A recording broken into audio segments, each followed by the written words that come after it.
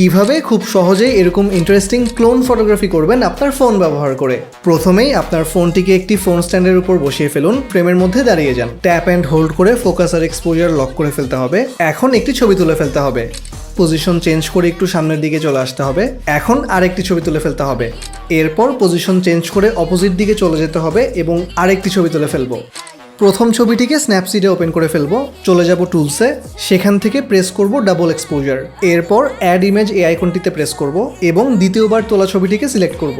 এর ফলে আপনার সাবজেক্টটিকে দুটো পজিশনেই হালকাভাবে দেখতে পারবেন। প্রেস করব অপাসিটি অপশনটি এবং এর ভ্যালু করে দিব 100। এখন উপরের দিকের এই আইকনটিতে সিলেক্ট করব, দেন সিলেক্ট করব ভিউ এডিটস, সিলেক্ট করব ডাবল এক্সপোজার, পেইন্ট ব্রাশ আইকনটিতে প্রেস করব।